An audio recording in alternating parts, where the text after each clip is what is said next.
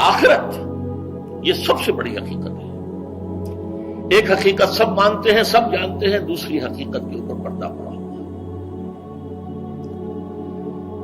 میں نے اس اعتبار سے نوٹ کیا یہ الفاظ قرآن میں 3 مرتبہ ہے. کل نفس ذائقۃ الموت،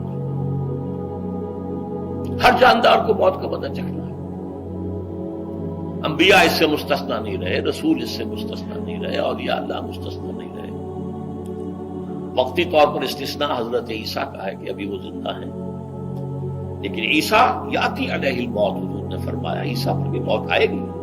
جب دوبارہ آئیں گے زمین پر اتریں گے، پھر اس کے بعد اوپر موت وارد ہوگی، ان کی نماز جنازہ پڑھی جائے گی، انہیں دفن کیا جائے گا حضور کے پہلو میں، شادی بھی کریں گے، اولاد بھی ہوگی.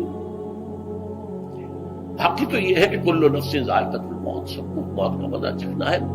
عیسیٰ بھی